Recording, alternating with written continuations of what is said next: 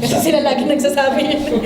But from the private people. Yeah, I think personally, I think it's not just a burden to accountants. Kasi if accountant ka kasi, you have no choice. Yes. Well, you have a choice. It's either you follow or you leave. So that's the choice actually accountants have. So if you chose to follow something that is illegal, then you're part of it. You just wash off your hands and say, ito kasi sabi ng boss ko eh. So that's also a difficult, to put it in perspective, that's also a difficult position for accountants. Kasi I need my job. I want to stay in my job. My boss is telling me, or the company is telling me, or the client is telling me, you do this or else you lose your job. That's a difficult decision to make for probably most people. So you can understand them. I understand them. We understand the situation that they're in. But then again, kami personally, we don't wanna put ourselves in that position. We always, kasi alam namin pag dadating ka doon, ang hirap pumili eh, lalo na if you have a need. So personally kami, finance-wise, we wanna expand our reach, we wanna expand our income so that we don't get to depend on one source. Because if you depend on that one source, you are dependent on that alone. So pag nawala yan, wala ka. So that kami, we can stick to our values, we can stick to integrity. We rather change strategy and say, what can we do more? Where can we expand more? So that when this time comes, we can easily say no because we have other sources. Yes. Do you believe that accountants can become the new heroes of the Philippines? Yes, of course. Yeah, definitely. And I think accountants are. Well, everybody can be a hero. Personally, we believe that as a couple, we believe that you're a hero when you impact people's lives. And accountants do that. If you're excellent at your work, if you do your work well, the company benefits from it. The company earns. The company can hire more people. The company can give more benefits. More families will be fed. So being a hero is having an impact to people. That's what we believe in.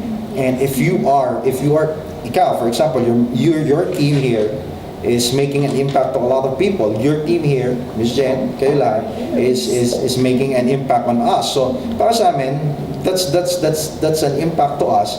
That's a hero trait. It's not I believe when you're a hero, it's not what you know it's not what you can do. It's what you do with what you know. I mean, di ba? I can be very intelligent. I can know a lot of things, but how I use it, what I do with it defines me. Not what I know, but what I do with it.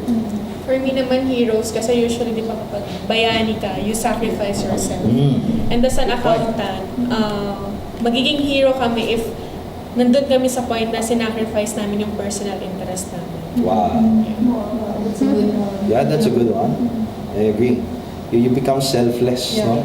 Na I can choose to, put my interest first, but I rather not because I chose a bigger interest beyond. Like your $400. Yeah. Pag binabalikan namin yun, parang, May panghihinayang. When we met the owner and we knew their story, we won't look back. We'll give it. Pero before we met, parang ano ba, iniwan ko ba natin? It's tempting for 100,000. Sabihin sa'yo, nagkamali naman, nagkamali naman sila, hindi naman natin kasalanan. But I'm just proud of my wife. I'm proud of us as a couple that we stood for.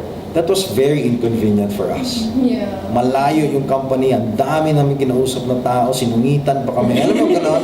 Nagbabalik na. But that's what we stand for.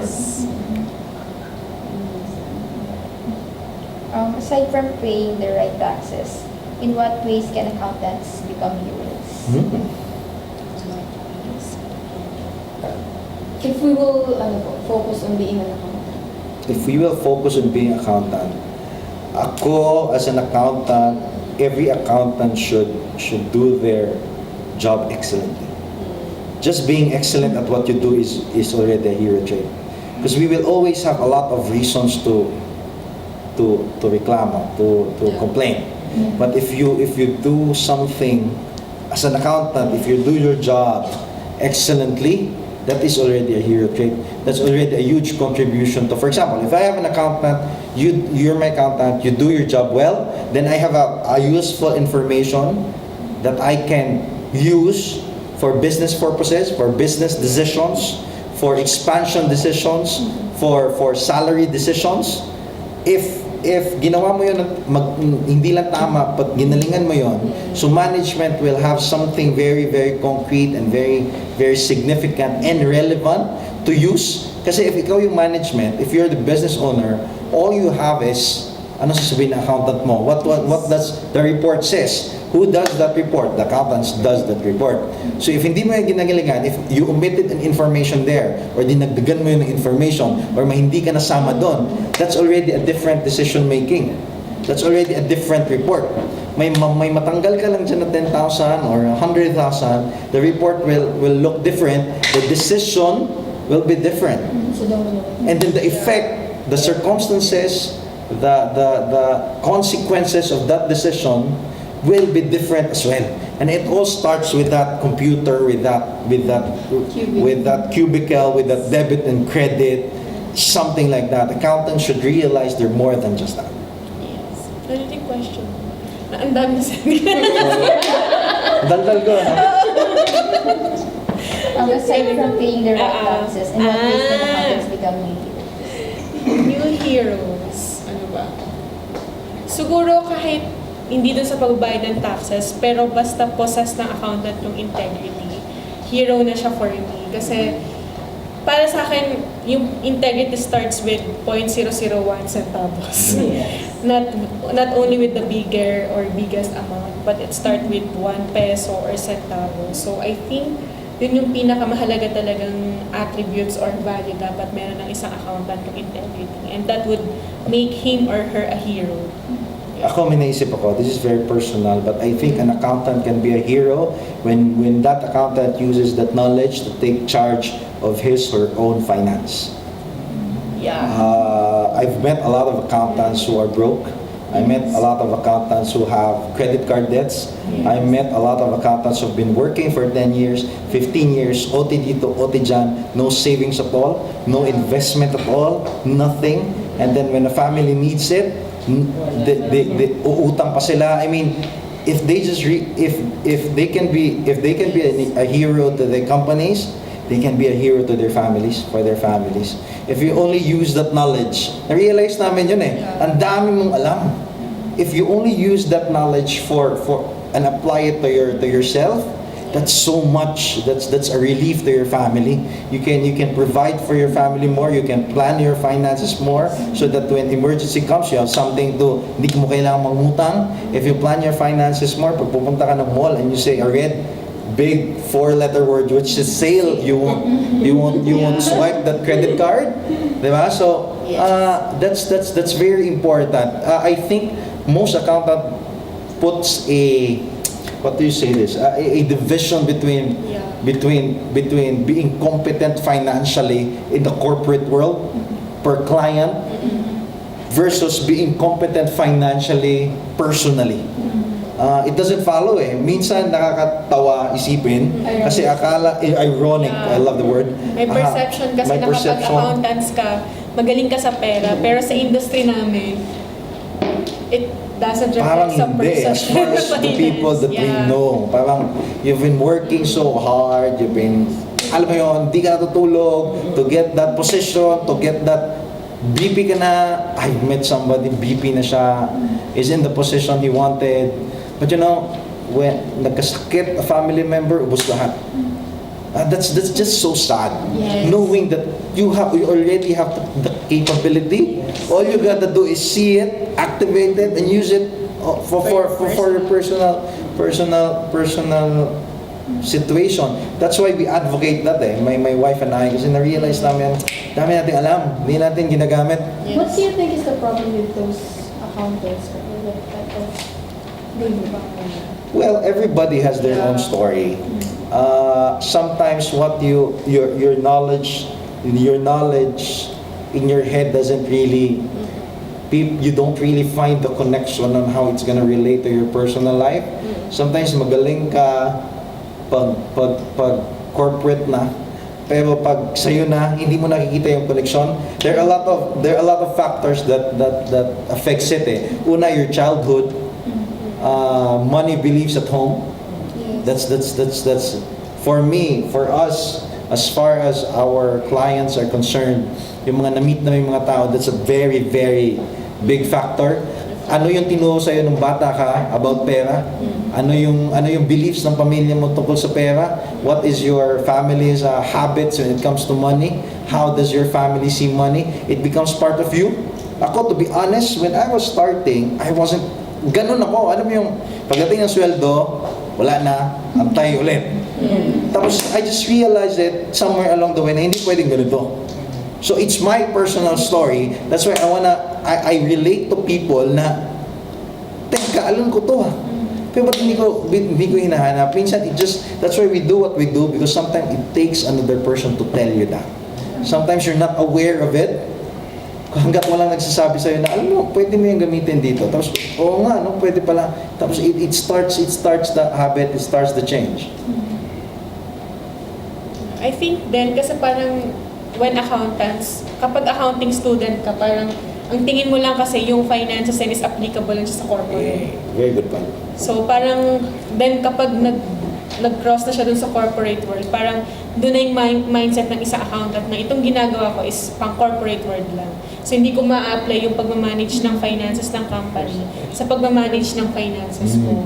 That's why most of accountants talaga, kahit gaano sila kagaling, kahit ang minamanage nila is million or billions of pesos, It pero doesn't magmamanage ka lang ng thousands, parang hirap na. Sa It doesn't follow, to be honest. As far as the people we know, there are exceptions to the rule, of course, Yes. but we're speaking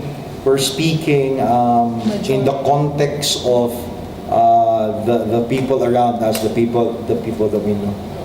Na yun yung problema. Sometimes I speak to a group of accountants, pareho to ng profesyon but what I teach them on personal finance, parang, oo nga no, parang, alam mo yung, come on guys, pareho natin tong inaaral.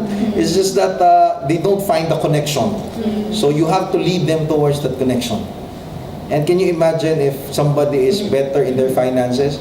That means a better finance for their family, for everybody who depends on them.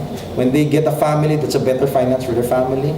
So you raise up a generation of people who are more responsible. That's good for the economy, that's good for the government, that's good for everybody. Well, sana lang po mag-multiply po yung katulad niyo na mag-guide sa mga... Well, with the help of this Lost. platform, definitely, let's go out there. Yeah. Para ma-reach yung mga lost souls. Lost Charot. Meron ba siya? Wala na. Ano pa? Betuhan na lang tayo. Aside from Aside from paying the right taxes, how can accountants become coming a new hero? May tanong pa kayo? Ano personal matter? Hindi, personal na lang. Okay. Well, nakatulong po ba sa yung married life niyo? How would you compare po yung single life niyo to yung married life in terms of finances? Well, nakatulong siya, to be honest, because you don't have to go back to basics. But definitely, like every married couple will tell you, it's gonna be a struggle. Yeah. Hindi siya automatic adjustment. Kami mismo, we were surprised because we were both finance people. Yeah. But when we got married, we quarreled about it. Kasi ang struggle naman namin, pareho naming alam. Wala kaming may alam. So, Wala kami nagmamagaling. Oo, so parang hindi dapat ganyan, ito dapat. But definitely, Sabi nga nila, pag parang matalino yung mas may quarrel po yun. yeah, so I'll take that as compliment. So, Yeah. but it helped a lot. To be honest, it helped a lot na nangyari yon, na pareho naming alam. So we don't go to level 1, at least we go to level 5 and then struggle towards level 6 and 7 and everything. At least you're... Yes, and then we get to the best part of it is we get to help other couples as well. Yun naman po yung important. So, Nakaka-inspire ka. how to prepare for a wedding, etc., etc. We've been mentoring people who are preparing for wedding. So, Bata pa. so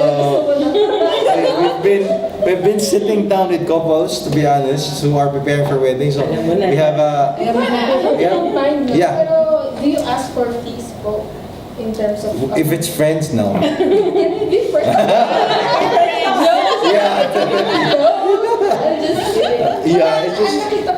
We just wanted to multiply, to be honest. But if it's a client talaga, we ask for fee simply because gusto namin may taya sila eh. That's when you give it for free to people, the tendency is most of the time you take it for granted. Yeah. Wala kang taya eh, wala kang binayaran. Parang So sasabihin nila, para sulit naman yung umusap. exactly. People don't pay for education these days.